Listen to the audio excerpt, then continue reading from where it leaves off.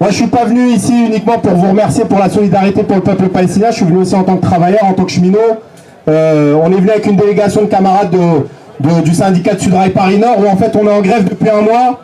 De la même manière que les camarades ici se battent pour la défense de l'emploi, on défend aussi l'emploi chez nous à la SNCF. Ils veulent supprimer des postes d'aiguilleurs. Et en plus de cette fraternité ouvrière qu'on a ensemble, cette nécessité de lutter pour l'emploi, il y a aussi un lien direct entre ArcelorMittal et les aiguilleurs du Bourget. C'est que l'intégralité des trains qui sortent d'ArcelorMittal avec les bobines d'acier passent par le triage du Bourget.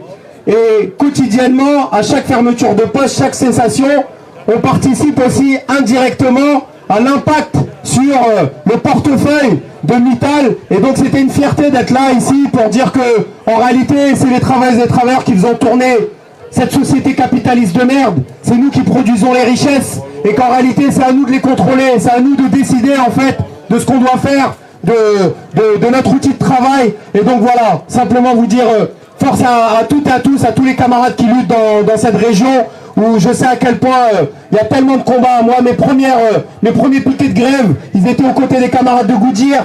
Et quand on sait comment on est en train de détruire les travailleuses et les travailleurs ici, dans le nord de la France, il faut absolument qu'il y ait une solidarité la plus large. Peu importe les étiquettes syndicales, peu importe la boîte dans laquelle on travaille, on doit se solidariser et on doit défendre. Ce que j'apprécie énormément chez vous les camarades, c'est cette banderole derrière.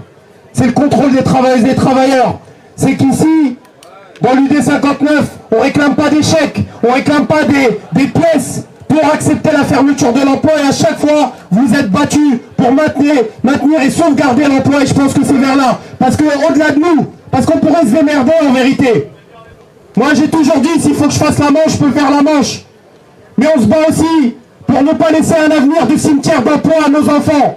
Parce qu'à quoi ça sert de se réveiller tous les matins, de se dire que nos gosses ils vont faire des heures sup pour des maths, de l'anglais ou quoi que ce soit, si l'avenir de nos gosses c'est des guerres et c'est des cimetières d'emploi. Donc on a le devoir de ne pas uniquement exiger des piécettes, des augmentations de salaire, mais d'avoir des postes dans lesquels, demain, lorsqu'on sera à la retraite, lorsqu'on aura la possibilité de se reposer, nos enfants aussi, ils auront où bosser. Et c'est ça, en réalité, le combat que vous êtes en train de mener et qu'on mène aussi. C'est pas uniquement le nôtre, c'est pour le respect et la dignité.